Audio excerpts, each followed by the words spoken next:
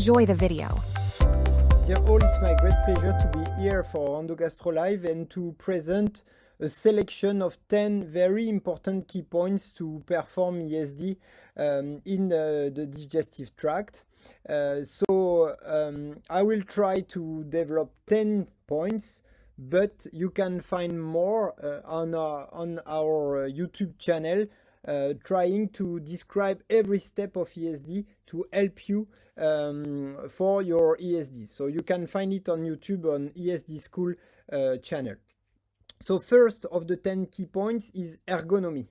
ESD is a very different procedure than what we used to do in endoscopy, because it's a long lasting duration, and therefore you need to be sure you will have a good position of work to avoid musculoskeletal damages. And one of the important points is ergonomy. So you should try to have the left position with the axis of the shoulder parallel to the axis of the screen and the scope introduced in the patient. If you have a turning effect on your body, you will have pain, damages, and in the long term problems that can stop your activity. So please think about the installation.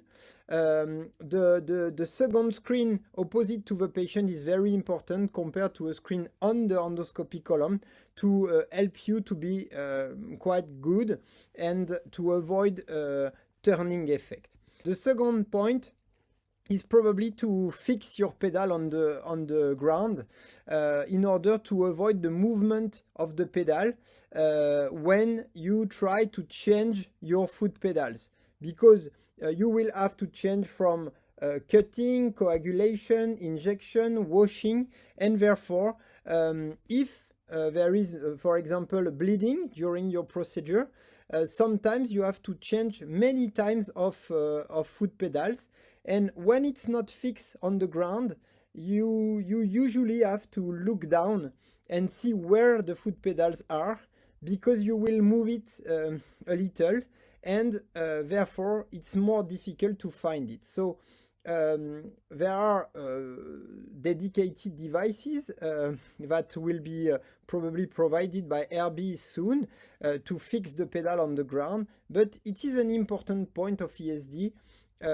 Try to fix the pedal on the ground, and also try to train people always with the same position in order to increase the spontaneity of finding the pedals without looking down, keeping your eyes on the screen of the procedure. Next point, the second point, is to choose the good scope, because you have many different scopes now, but you will adjust the scope to the location of your ESD, to the need of retroflexion, etc. For example, the new therapeutic scope have a very short bending compared to the last one, but they are also more soft compared to the, for example, pediatric colonoscope without therapeutic dedicated power. And therefore, for the right colon or the cecum, you will need something enough rigid to reach the cecum, but for example, for the sigmoid, where the retroflexion is very important, you should have a very short bending. So for me, the best channel is the 3.2 mm channel around 6 o'clock and flushing on the device and not in an opposite axis.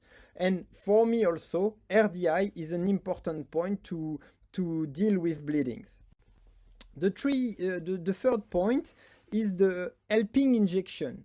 You should think your injection as an architect, because depending on the shape of your injection, the work will be easy if you have a mountain facing you, because you will have like this something that is opposite to the scope, so it's easy to enter the submucosa.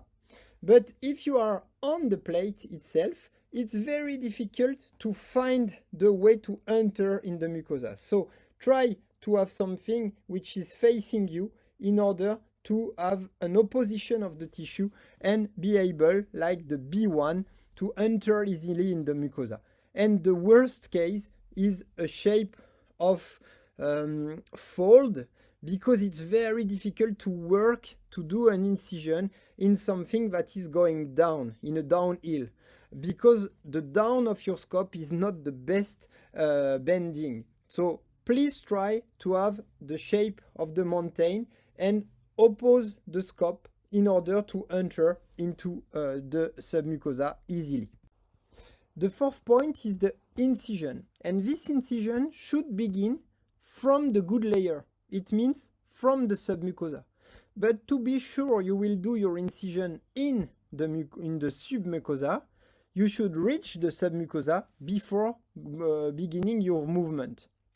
And for this, the best strategy is to do a small hole, to inject in this small hole, and to move from this hole, because you are sure that the tip of your electrode, the tip of the knife, is in the good layer before beginning your movement. So first you do a small hole, we will see it. You do a hole, you check that it's at the good layer, you fill it, and then you move from this dot. So please try to do a dot before any movement.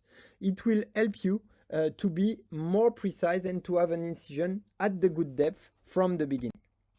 Next case is to try to reach a smile shape, because when you have a smile shape, the tissue is retracting to the center of the lesion, and therefore it is a shape that helps you to enter into the submucosal layer.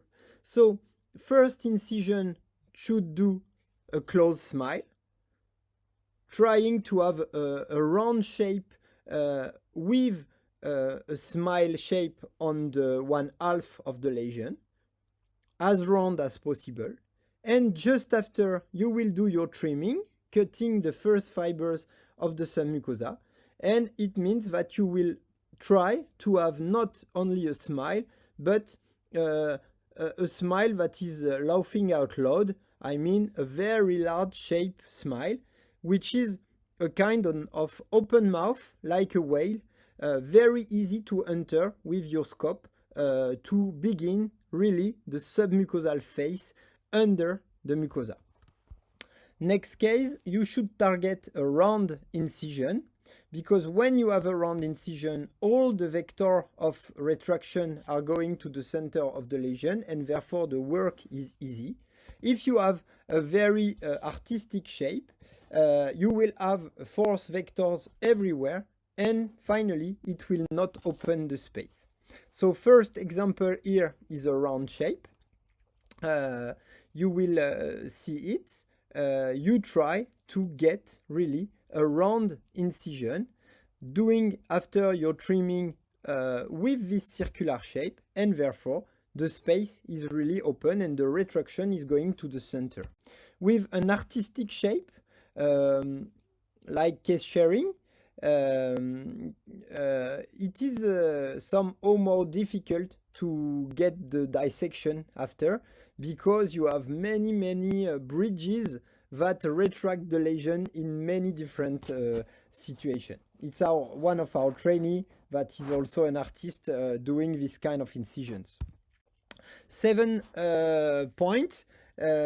We do nothing without traction, or almost nothing, because we have demonstrated with the time that we are able to increase the speed of resection, increase the rate of success in difficult situations, and finally we will not stop in only one traction, but after we did multipolar traction, and now we try to do adaptive traction with increase of tension at the end of the procedure to increase the traction effect during the whole procedure, in order to have a left hand to cut under and to concentrate the fibers. It means that when you cut 1 millimeter, if it's tracted on the opposite side, you cut more fibers than if it's floppy with a large basal area. So now we are working with adaptive traction, and I show you why adaptive traction is for me better than a single traction, because when it's more difficult to set up, but when you go into the dissection, the angle of the submucosa is very closed, and thanks to the tension device, you are able to increase again the traction and therefore improve your exposure. The point number 8 is the vessel preparation, because when you are doing your ESD, you don't see the vessel while you are dissecting submucosa. So when a vessel appears in the submucosa, distally from your cutting line, you should cut every side in order to improve the exposure of the vessel, in order to be able to coagulate from the side of the vessel with more space.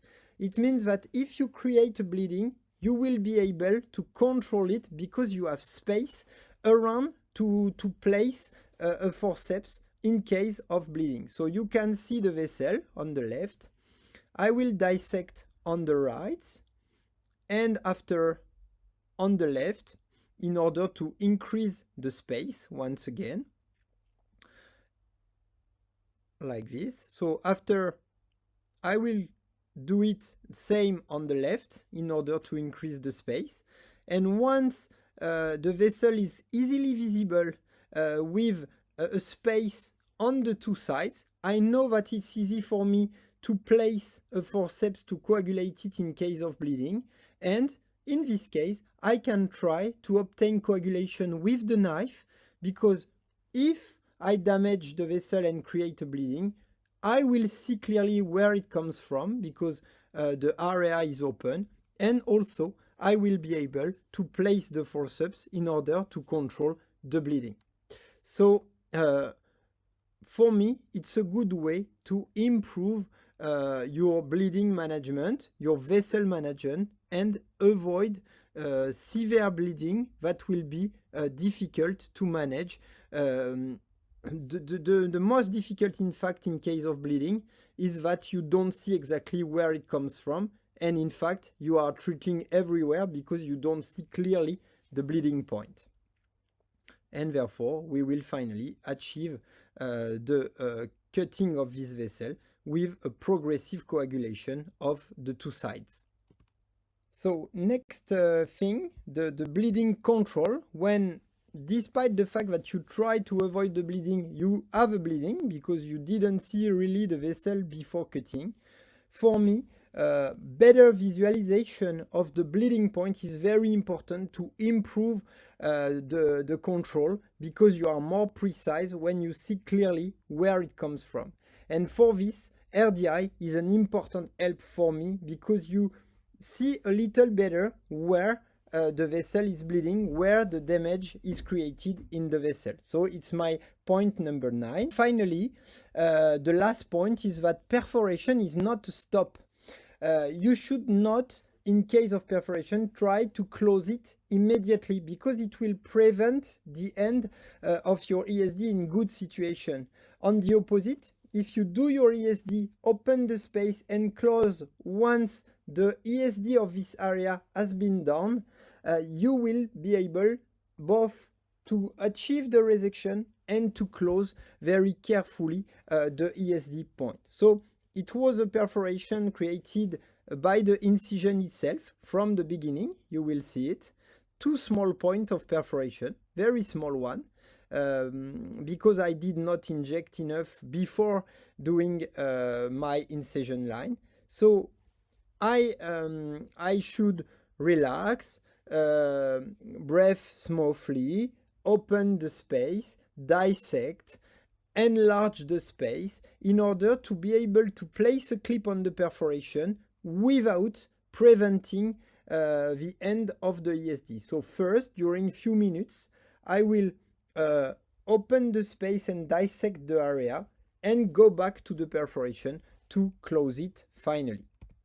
And last point is my conclusion. What are the strategic standard points? For me, ergonomy is important. You should know the scopes you have and choose it. Have an helpful injection, a smile incision, a good trimming to create a laughing out loud smile, a round shape to have the vector coming to the center, a traction. You should prevent your bleeding by exposure of the vessels, but if in case of bleeding, you should have help to improve the bleeding point detection. Perforation management is part of the procedure you should be able to deal with, and I hope you will enjoy your future ESD with these 10 key points. Thank you very much. Thank you for watching. If you found this video helpful, please give it a thumbs up, subscribe, and share it with your colleagues. Until next time, this is ESD School by ATRACT.